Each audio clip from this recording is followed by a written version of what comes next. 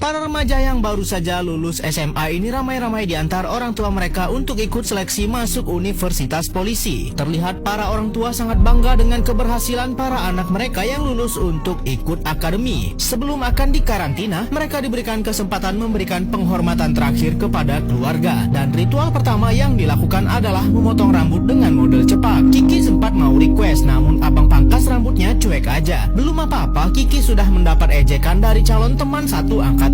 Sebelum seleksi dimulai, profesor menjelaskan terlebih dahulu runtutan seleksi yang akan dijalani. Baru saja para calon siswa ingin bersantai dan ngobrol, instruktur langsung menyalakan alarm dan memberikan pengumuman bahwa dalam 90 detik para calon siswa sudah harus siap di lapangan dengan seragam lengkap. Fisik mereka akan diuji terlebih dahulu. Jalan jongkok dan push up ratusan kali akan jadi makanan sehari-hari. Latihan pertama ditutup dengan para siswa harus berguling di atas pasir saat akan masuk ke barak. Baru tidur beberapa jam, alarm kembali berbunyi dan mereka harus berlari sebelum matahari terbit. Saat sarapan, Kiki sempat protes karena hanya diberikan sosis 2 biji. Ia merasa itu tidak cukup dengan nasi yang begitu banyak. Tapi beruntung baginya, saat di meja makan, ada Aloy yang tidak suka sosis karena menurutnya sosis tidak sehat dan bisa bikin kanker. Kiki pun langsung melahap jatah milik Aloy. Seleksi masuk Universitas Polisi memanglah sangat berat. Sudah banyak siswa yang gagal sebelum seleksi final. Profesor juga menjelaskan bahwa nanti para calon siswa boleh memilih ilmu bela diri yang akan dipelajari untuk 4 tahun ke depan jika lulus seleksi.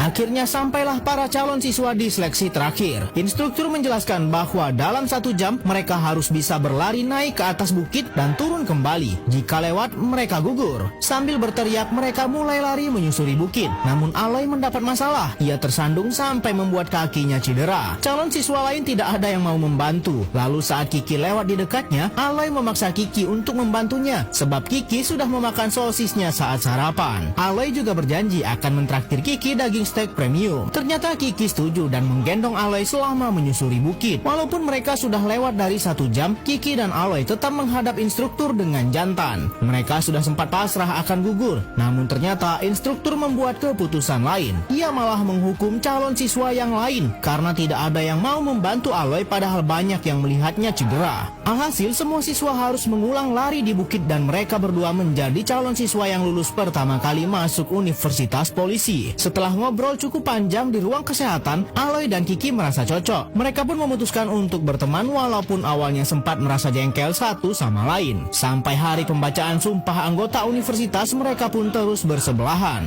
2 tahun sudah mereka menjalani pendidikan. Rutinitas yang sama terus berulang setiap hari membuat Aloy dan Kiki merasa bosan. Kegiatannya hanya latihan bela diri, belajar dan ujian. Begitu terus setiap minggunya. Namun Aloy bisa dibilang siswa yang cukup cerdas, berbeda dengan Kiki yang bandel dan sering menjawab ujian dengan asal-asalan. Saat instruktur bela diri sedang memberikan demo, Kiki pun malah sibuk tertawa sendiri. Rasa penasaran mereka semakin memuncak setelah ada salah satu siswa akademi memperlihatkan foto gebetan barunya yang dikenal dari salah satu klub malam. Karena tidak mau kalah, Kiki dan Aloy pun berencana untuk pergi juga ke klub yang sama untuk mencari wanita cantik. Karena tidak punya pakaian yang layak, mereka pun juga merampas baju milik Ajung yang sebelumnya sudah pernah ke klub untuk mencari wanita. Aloy dan Kiki langsung membuat surat izin kepada profesor dengan alasan memperbaiki kehidupan asmara. Untunglah mereka mendapat izin dan saat sampai di klub, Aloy dan Kiki langsung pamer kalau mereka siswa akademi polisi dan terlihat sangat norak saat ada artis di sana. Sementara itu, Kiki mendekati wanita dengan membanggakan dirinya sebagai murid akademi polisi. Tapi bukannya kagum, wanita itu malah mengejeknya dan berkata polisi tidak akan punya uang. Mendengar itu, Kiki sempat merasa iri dengan seorang artis di meja seberangnya yang digandrungi banyak wanita. Karena rencana mereka untuk mencari wanita di klub gagal total, Kiki dan Aloy akhirnya pergi dari sana dan minum berdua di sebuah kafe. Di titik ini, mereka sempat mempertanyakan apakah keputusan mereka untuk jadi polisi sudah benar atau tidak. Saat keluar dari kafe, Kiki dan Aloy melihat wanita cantik lewat di depan mereka. Mereka menunggu jika wanita itu menoleh ke belakang, berarti itu adalah pertanda alam bahwa mereka harus mendekatinya. Ternyata benar, wanita itu menoleh lalu Kiki dan Aloy mengikutinya. Karena sedang sibuk menentukan siapa yang akan meminta nomor HP-nya, mereka tidak melihat bahwa wanita muda itu sudah diserang oleh penculik dan dibawa pergi. Saat mereka sadar, mobil penculik itu sudah pergi dan sangat sulit untuk dikejar. Karena terlalu banyak minum, mereka malah muntah di jalan. Sebagai seorang siswa akademi kepolisian, tentu saja mereka tidak akan membiarkan adanya kejahatan di depan mata. Mereka langsung pergi ke kantor polisi berniat ingin membuat laporan. Namun semua petugas sedang sibuk karena ada anak pengusaha kaya raya sedang dalam masalah dan semua anggota ditugaskan atasan untuk menangani dulu kasus anak pengusaha itu. Laporan mereka diabaikan begitu saja. Karena sudah tidak punya pilihan lain, mereka memutuskan untuk menangani kasus itu sendiri. Tapi ilmu kepolisian mereka masih belum cukup. Kiki teringat profesor di akademi pernah menjelaskan bahwa untuk menangani kasus, langkah pertama yang harus dilakukan adalah memeriksa TKP. Setelah kembali ke lokasi penculikan, ditemukan sebuah kantung hitam berisi benda yang lembek. Sempat mengira itu adalah organ tubuh. Ternyata isi kantongnya adalah topoki. Satu petunjuk ditemukan bahwa wanita yang diculik baru saja membeli topoki. Mereka pun langsung mendatangi semua kedai topoki dan bertanya apakah topoki ini berasal dari tempatnya. Awalnya cukup sulit untuk menemukan penjual yang cocok, tapi mereka tidak menyerah walau sudah diusir sana-sini, sampai akhirnya kedai topoki ini dibeli sudah ditemukan. Penjual mengatakan bahwa wanita yang membeli topoki ini sering datang ke tempatnya saat tengah malam, dan ia juga tahu tempat wanita pembeli itu bekerja. Mereka pun langsung datang ke alamat yang disebutkan dan ternyata itu adalah panti pijat. Karena mereka masih siswa akademi polisi, akan berbahaya jika ketahuan mereka masuk ke panti pijat.